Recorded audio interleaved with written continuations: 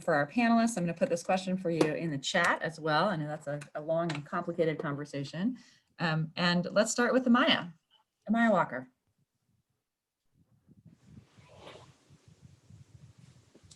Hello. Okay. State University, sophomore, and I'm the campus lead here. Okay, and let's see, the driving force. Okay, for me, I'm a very outspoken person, and I'm very opinionated, and and I'm also just great at talking about something. Diversity is something really important to me, and that's why I came to this school, because I heard there was so much diversity here. So to be on this call is important to me. Wonderful, thank you. Alicia. My name is Alicia Joseph. I go to Marshall University. I'm the campus lead here. What I would say that my driving force is me being very talkative and me being very outspoken about myself. It's really easy for me to put my input into a conversation and advocate for things. Fatima. Hi guys, my name is Fatma Irfan and I graduated from West Virginia State University last year in fall of 2019. I've been part of First Network for 2 years now, and I currently started working as AmeriCorps member for First Network. It's been 20 days that I have started working, and I'm so excited to work with different students and help them be successful and mentor them in their STEM journey. My driving force to be here tonight is that I really advocate for equal rights and opportunities for different people, and learn what they want to learn. And I think having an equal opportunities is really important for everyone. So that's why I'm here tonight with you all. Ulysses. Hi, everybody. My name is Ulysses Toledo. I'm vice president for research and public service. I was just promoted in July. That's why I still say associate vice president. But it's great to be here with all of you. I just joined First to Network about, said a few months ago, but more actively just a couple of months ago. And I love to be part of this group. I like to be part of the conversation and the change that we all gonna produce. So my driving force for this is just like you guys, you know, I believe that we can do better and we should do better. And that's why I'm here. Thank you. Catherine. Hey, so I'm Catherine Williamson. I'm a teaching associate professor at WVU. I teach astronomy. I am not first gen or from a rural background. I am a woman in physics. And for a long time, I felt like, you know, and I'm also young. And so I felt like, hey, older guys, like, listen to me, you know, my voice matters. And then now that I'm a professor, I'm sort of like, I'm on the other side. I'm like a white person, and there are Black graduate students in our department who are saying that stuff to me now, like, hey, listen to us. And, you know, it's not good, you're not doing good enough, and this isn't right. And so I've had a paradigm shift of trying to grapple with being, you know, the oppressor now, and trying to undo and learn and listen. So that is what brings me here. Yeah.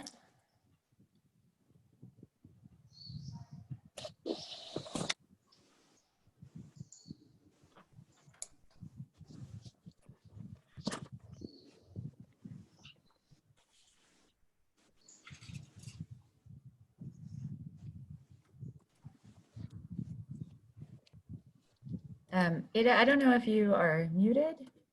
I can't hear you. There you go. Okay. Yep, your turn. I think we had a bad connection there for a minute. So I'm Aida Jimenez. I'm Puerto Rican in the Appalachian Mountains via the Rocky Mountains. I'm a faculty member at UC. I'm the biology program director, and I'm also director of the NSF-funded STEM program, Scholars for Environmental Challenges. I moved to the mainline, like we like to say, at the age of 20 to finish my undergraduate education, and I moved to Colorado for graduate work. And then a postdoc position brought me to West Virginia, and here I am. And after all these years here in the mainland, the more I learn about being an anti-racist, the more I realize that I have much more to learn. So my driving force is to continue my learning process from others, like everybody here in this panel and all of you in the audience, because I feel like I strongly believe that being an anti-racist makes me a better person, an educator, a better educator, and a better collaborator for the First to Network. Jade. Hello, everyone. I'm Jade Irving. I serve as the program coordinator for the First Two Network. I work in the Division of Science and Research at the Higher Education Policy Commission. Before accepting this role, I worked as an English language instructor. So I got the opportunity to work with people from all over the world, right, in one classroom trying to learn the English language. And I was responsible for communicating with people, none of whom shared the same first language, right? So I've always been super interested in and just excited about diversity and making sure that voices are heard across the board, making sure that people are represented across the nation and beyond. And this work is important to me because I moved here from Georgia. And when I got to West Virginia, it was a major culture shock, right? And I thought, wow, there's some work to be done here. So the more I help move the needle in terms of diversity, equity, and inclusion in the state of West Virginia, I make things easier for people who look like me. I have 2 little boys. My oldest is 4, my youngest is 2. I can create more opportunities for them and for their friends. So I'm just very passionate about this work, and I'm so excited to be a part of this panel, and I just can't wait to get into the discussion. Thanks, everybody. I'd like to thank all of our panelists for joining us today. Diversity and talking about inclusion, and specifically talking about race and racism as a very clear part of that is something that First Two has, I think, always been committed to, but this spring in the wake of many tragedies over many years, but a real surgence across the country in engaging in verbal commitments to the Black Lives Matter movement and to anti-racism work. The First Two Network released a statement at that time that said that we were committed to anti-racism work, that we were committed to diversity, equity, and inclusion, and that we were committed to putting Black voices and voices of color at the center of conversation in the First Two Network. And we all made a deal when we did that we weren't just going to write a statement, we were going to actually do things. And so this panel and hosting this panel and our keynote speaker tomorrow are all steps on that journey. And so we've been asking ourselves a lot of hard questions, but also really working to there. So that's sort of how this idea that we should include this as a deliberate and meaningful conversation as part of our First Two Network conference came to be such a priority for this conference when there's so many important things for us to talk about. I'm going to hand it over to Jade just for a quick 2 minutes to just give us an overview from her perspective as a relative newcomer to the First Two Network, but as someone who is deeply committed to the work, what she sees as the First Two Network sort of top points of progress, areas for growth, and supporting and building a diverse and inclusive community. How we doing, Jade? I think, give us the lay of the land. Yeah, let me set the context here. So I've been a part of the First Two Network for 6 months, right? And there are so many moving pieces that are associated with First Two Network. There's so much work that's being done, but as you acknowledge that, you also can't help but to see these areas that also still have room for improvement. So since I've come on board, of course, you know that the First Two Network is all about supporting rural first-generation college students. Well, research has shown that there's a lot of overlap between being a first-generation college student and being an underrepresented minority. So I think where I find a little bit of room for improvement for the First Two Network is making sure that we are being more intentional about finding those students who identify as both first generation and a minority student. So I think that's something that we're definitely doing, but I would love if we could just kind of turn up the volume and amp that up a little bit more. One of the things that I'm sure everyone would agree is true for the First Two Network is the people at the top, right? So the leadership team, the steering committee, very passionate people who are involved in this work. And it's really rare to find people who will do something so well for free, right? My husband says if it's not making change, it doesn't make sense. But we've got so many people who are engaged in this work, and they do it out of the goodness of their heart. They do it because they want to impact change in the state of West Virginia.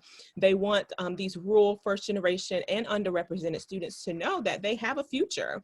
And so I think that's one of our greatest strengths, and that is just being full of animated, passionate, professional people who do not mind speaking to issues like this in an attempt to increase awareness and ultimately to broaden participation in STEM. So that I think kind of gives you sort of a broad range there, but definitely we do great in terms of reaching the audience. I just would love it if we could incorporate more people and just continue that work on a greater scale. Thanks for that, Jade. And one of the things that I just want to reflect on for all of you who've come to this conversation and this panel today is that, golly, people were pretty uncomfortable stepping up to the plate and saying, I'm an expert on anti-racism and racism and diversity and inclusion, and I feel comfortable being on this panel. So it really took a lot of stepping outside of comfort zones for all of our panelists to sort of step up to this and step across to this, which I think I really want to hold up. And I really want to take that spirit and spread it to all of us. We cannot, with diversity, equity, and inclusion work, with anti-racism work, we cannot let the perfect be the enemy of the good. None of us, I don't think so far. If we have an expert in the room, that would be amazing. Y'all should tell us immediately, but we are learners and we are on a journey and we are having conversations that we don't know how to have, and we're having language that we're still developing and learning how to speak through. So I really want to applaud all of you for taking the step to be part of this conversation, even though you may not know what the answers are or how we move through that. So in light of the fact that you came here today, I want everybody to hop in the chat for a quick second. And we're going to take, I am comfortable with silence. So we're just going to take a few minutes of silence and let people think for a second. And I want you to drop in the chat, why, well, is it important to have diversity in First Two? And if so, why? I'll put that question in the chat first before anybody else puts it in, so you at least can see it there.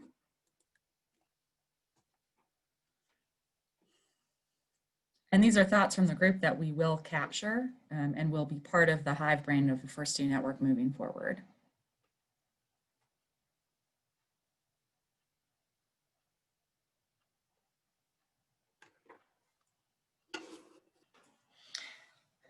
Well, I think we can see coming through the chat, and it's certainly fine if you're still thinking. This is going to be an interactive session, and the chat is a great way to interact. So as we're moving through questions, I really encourage the panelists to comment on what each other is saying, and all of the audience members to throw comments in that chat and keep that chat lively as we're going through some of this stuff. I think in general, in the First Two Network, you'll find that there is a strong commitment to diversity, but not always a lot of knowledge or expertise about how we build that into our network. And so those are some of the questions that we are gonna focus on here with our panelists. So as people are still putting stuff in the chat, we're gonna put Alicia on the spot first. And I am gonna throw the question here in the chat for you, Alicia, just as a reference and as a reference for everyone. But Alicia, tell us from your perspective, how do we intentionally build diverse and inclusive networks in West Virginia? The first thing that comes to mind when I'm thinking about that is the fact that we intentionally link with other groups that have like-minded visions. So say, for example, First Two Network is helping out the HISTA program, and we recruit students from the HISTA program. And we also like as in regards to recruiting, we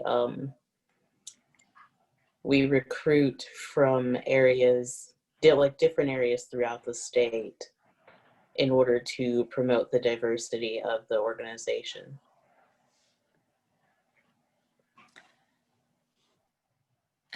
Jade, let's throw you a question next. Thank you for that, Alicia.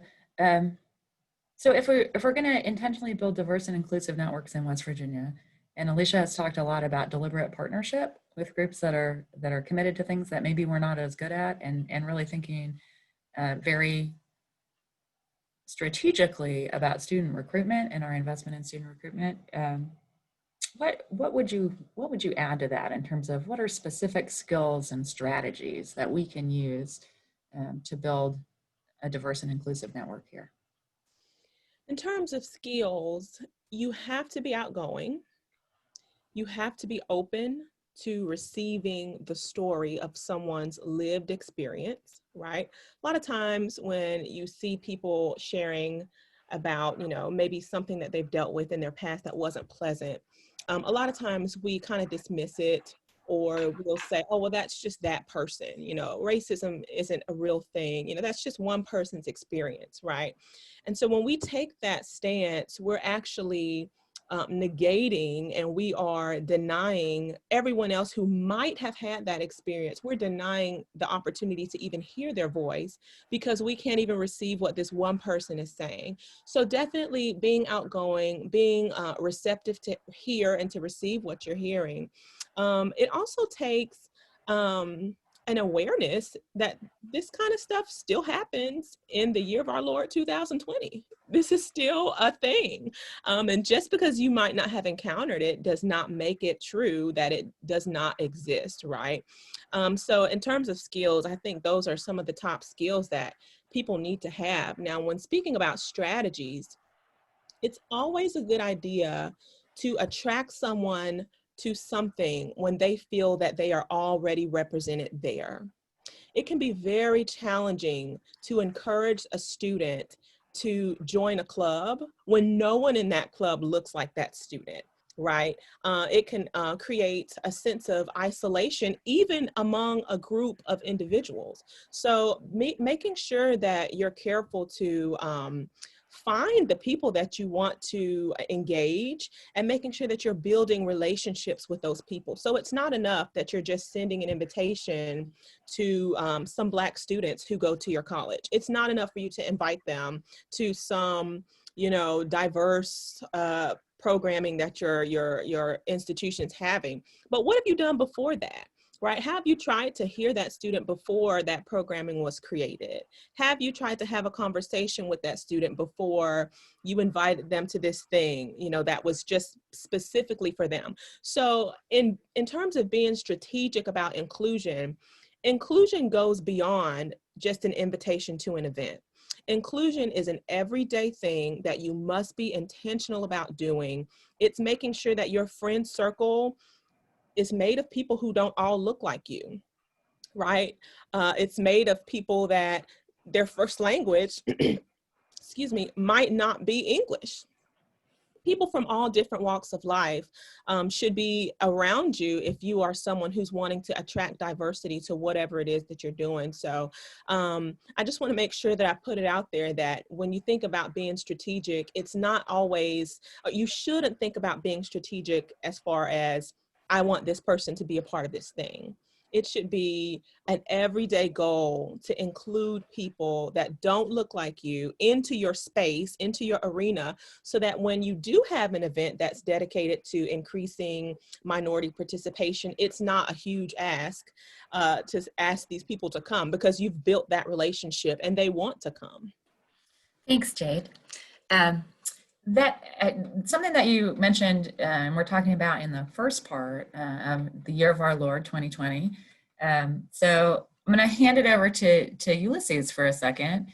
At least in our diversity conversation, we're all on a first name basis, and really tee this question off to you, Ulysses. How is racism a problem in the First Two Network fully realizing its mission? Can I share a screen? I found a couple slides that I want to share with you if I can. If not, I can just talk about it. Sean, can you help Ulysses share a can. screen? Hold on, I think I can. Can you all see that? Looks great. So, you know, I was trying to find some material that gives us a background as it relates to this issue that we are speaking of. And so I found this slide right here from the Department of Education. Okay. So one of the first things that we need to all be aware is the fact that we all have an implicit bias, that we all have it. We're born with one and we develop a more acute one as we grow up. So that implicit bias, you know, we just need to be aware of the fact that when you are a majority and you receive other members of a different group that doesn't look like you, just like Jay was talking about, you will always have a preconception about that group. Me having an accent, you already have a preconception of myself. So that is one of the aspects that we all need to be aware of and try to do something about it. Don't let that implicit bias crowd your mind and have a preconception of that individual that is on a negative perception. So here's what I'm talking about. So you have your glasses, and through your glasses, through your lenses, you see something, right? So try to be more open-minded and go beyond those glasses. So that's one of the things that I think we should all do. So in terms of my group, I'm gonna speak from the Latino African-American community. So we are always underrepresented on the STEM fields, okay? And so we wonder, why is it that we are underrepresented? I mean, why is it that I feel like I am as capable as anybody else? So is there more than just an individual barrier? And the answer is yes. I mean, there is some systematic issues in the system that we all need to work together to, you know, to improve. So there's some barriers there that prevent some of us from going places where others can have. So we need to all be conscious of that as a white person, as a black person, as a brown person. Being aware of those issues, that's the first component. Let's all recognize that there is a problem out there and that we all can do something about it, okay? So the fact that, you know, I think Jay was saying, you know, when you go somewhere and you're the only Latino person or the only black person in the group, obviously the treatment that you receive is going to be your first impression. And it's going to be a lasting long impression. So not only you need to educate your minority person going in that group, but you also need to educate the whole group about receiving someone different in that group. So it goes both ways. With the effort needs to be both ways. So I'm just getting a little background to answer your question, Sarah. No, I think it's wonderful background. And, you know, the thing is about some of the questions that we decided to tackle in this panel, they're really hard questions. They're really complicated questions, and they're not questions that can be answered easily or even answered in a couple minutes. And really the point of this conversation for all of you was to start to open some of these questions for our network. We're never going to answer all of them in one session. But Ulysses, if you want to just wrap up your statement. Yeah. Here, So knowing that this is opening a conversation, not concluding it. Right, and so like Sarah said, we're not experts on this matter, but you know, we're trying to learn and also to educate ourselves, you know, one another. So the racism is there. It's a fact, and so that's the first thing we need to recognize. And so, from my perspective, you know, why am I being part of this group and why am I being part of this conversation? Well, first of all, because I want to increase awareness. That's one of my objectives to do. And I think through these type of conversations, we do that. The other thing is that I want to make sure that from the position that I am right now, I can do something about it. So to me, do something about it is very important because it doesn't just end on a conversation. It's going to end on an action, something that is going to be tangible. So in the fact that this issue affects the fact that it might impede our objective of having to double the number of STEM students, first generation STEM students, because especially on the underrepresented community, we might not get the numbers because we have a problem that we need to fix. So in that problem, like I said before, it goes both ways. We need to educate each other. We need to educate the majority to make sure that they understand that there is a problem. And we all need to recognize that just like all the comments that we put on the chat, it looks like we all agree that diversity is a strength, it's not a weakness. And so that is what I have to say, Sarah. Yeah, thank you. And I think you've made a pretty passionate case for racism being something that is holding us back from our goals of diversity. And I know that anti-racism is something that we've been talking about in the First Two Network. And just asking you, Jade, if you would be willing to, as briefly as you can, because we definitely want to also hear from our other panelists, can you define for this group what is anti-racism work? I'm so glad you asked because I have prepared a wonderful definition. Anti-racism is the practice, so it's an action, of identifying, challenging, and changing the values, structures, and behaviors that perpetuate systemic racism, right? So it is a very active, it's a driver's seat situation. You are not in the passenger seat. It's you being an active participant in challenging those systems, in asking the right questions, and in making actions that reverse racism, right? So I'll stop there because I can feel myself wanting to say more. Well, the goal of our session is that we want everybody to say a lot more about diversity. So I'm glad you're getting getting into it there. Catherine, let me hand it over to you for a second. I know this is something that you've been reflecting a lot on for yourself personally in your own work. And just asking you as someone who's been a leader in First Two, what is First Two's commitment to anti-racism work? I mean, this is something that, you know, we're talking about after sort of like the national events this year. And I think it was really important for First Two to make a statement. And I love that we're trying to live up to that statement by having these difficult conversations. I think that talking about it regularly is going to be like critical. I think that making space for it amidst our tight schedules like we always have is absolutely critical. And you know, in the summer we had, in the internships, we had students listen to Ibram X. Kendi's How to Be an Anti-Racist talk. And the students were really passionate about it. And I think it is hard having these conversations, but being brave.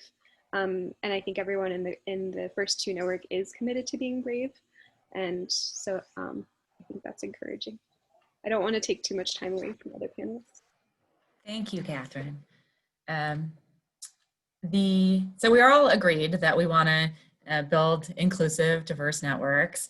and that there are steps that we can take moving in. I don't know if we're all agreed, but at least that's the sort of where I am thinking about listening to all of our panelists in this conversation. But Aida, hand it over to you for a second. Why is this hard? Why is it a challenge to build an effective, sustainable change network? Well, thank you for this very thoughtful question, because it is important that we are aware that there will be many challenges as we try to be agents of change. Otherwise, change is always, loaded with challenges. So the first one I've encountered personally, following up with what Catherine said this summer, as we tried to have this anti-racism conversation with our own students, was the spectrum of answers I heard from, what can I do? I'm ready to do something, to push back from, this is too hard, I cannot handle it, I'm already too stressed in my life, very uncomfortable, all the way to, this is not really a problem. So having First to Network students and leaders are having these conversations, be really ready to tackle all of these different points of view. It's easy to, if you're at par with the let's do something about it, I'm ready, it's really easy to deal with those students or get engaged with those students and forget, the other more difficult challenges that you see there in terms of their reactions to this. So denial, to me, that was pretty striking, to get students that were just struggling with that bit. This is a first challenge that we may encounter, and there are many reasons why might this be the case. Jade pointed towards, not having experiences, not having any relationship to it growing up, or where they live in their spaces. So being aware of the differences in your perception as an academic and maybe as a person of color like myself, which is both, versus the student experience, I think is going to be a big challenge. These are really, really tough roles to carry and separate. As a woman of color who's striving to be anti-racist, sometimes I just want to scream at someone, say that systemic racism exists, but as an academic, I should be able to convey the value of being anti-racist without getting all that personal stuff in there, right? So I think students need to have a change of heart first before the behavioral change happens. And so as we relate to, I feel like an opportunity for the network is perfect in the summer immersive, as we're relating to rising freshmen, to start bringing up people as part of that process of onboarding them into the network, into this conversation, to help them, bring them into believing that themselves, that systemic racism needs to be acknowledged, and then hopefully behaviors happens. And then this builds a coalition of members from the beginning with the same goals that we can then, hold the gains of improvements that we may make in this area as a network as time goes by. I don't know. Thank you. Complicated, but I think a place to start. Fatima, over to you for a second. As somebody that is a recent college graduate, Aida was just talking about sort of her experience of working with some students and sort of being there, but from the perspective of a recent student and recent alumna, congratulations on your graduation, living the dream for all of us. What are some, from your perspective, what are some pitfalls that make change networks not diverse, not inclusive? Thank you. I think it's a very important question to be answered. I think one of the most difficult, point of view is this, that people don't want to step outside of their comfort zone, and they're so strong with their beliefs that they just don't want to adapt, and they will find every other reason to support the opinion they have in their minds. And I think that is a problem where people just stop growing themselves, and they're just so strong about their opinions that they don't want to accept other people. And I think they believe that if they will let other persons succeed or give the opportunities, they will lose their own authority over others, and they will lose their own superior powers that they have been privileged with. And I think it becomes a question of them losing their power that makes them so weak about this and stand up for something like this. And I think just talking about racism itself, racism just doesn't start when somebody does something or says something to you. It starts from their body language. When you can see that the other person is uncomfortable in your presence, And then for the other person who's going through that, it doesn't become the question of their capabilities. It just becomes a question of their race as a person. They're like, maybe I just cannot do this. I just have to give up on this because this person doesn't even gonna let me give a chance or opportunity. And it becomes really hard for that person to become a part of something bigger and grow themselves out. So yeah, it really needs to be addressed, and people need to learn how to grow themselves and accept others for who they are. Thank you. So building on this, for our last panelist question to you, Amaya. So, I mean, Fatima, I think that was incredibly eloquent and incredibly compelling, and it makes me think about how best we can, I mean, I feel like several people have talked about this moving through, from Jade from her first answer, but as the First Two Network, how do we get better at reaching and supporting the students and the communities that we're charged to most serve and most empower? Alrighty, so one of the answers I came up with was actually maybe speaking at a church or handing pamphlets at a, football game, anything like that. Just showing that you're there. Just like, or social media. Everybody has social media nowadays, but sometimes you have to like go out instead of just posting something. People could easily just scroll by it. But I feel like if you actually take the time to go out and try to speak to people, hand them a pamphlet, talk to them, have just something that attracts them, then it shows that we're trying at least. Yeah, thank you for that. All right, so there's been a lot that people are putting out here. There are also some really interesting comments and difficult, complicated things in the chat that people are raising. And all of those things, I think, are things that are important for us to dig into as we continue to move forward to grow the First Two Network. We're going to use the next, going to adjust just a tiny bit. I'm just going to give us 15 minutes in these breakout rooms so that we have a chance to come back together. So Sean, if you can make that adjustment. And I'm just going to give you a couple of questions for your breakout room. So your breakout rooms are going to be pretty small. And those are the questions. I'm also going to give you a link to a Google document. For those of you that haven't spent a lot of time in the First Two Network, this is one way that we tend to work together a whole lot. And we really want to capture the thought and the meat of your conversation in your small groups. So you should be able to do this. Sean's going to send you to the breakout rooms. These are your two questions. They're also on the sheet. And just choose someone in your group that's going to sort of be your scribe, or you guys can tag team that. And yeah, see you in 15 minutes.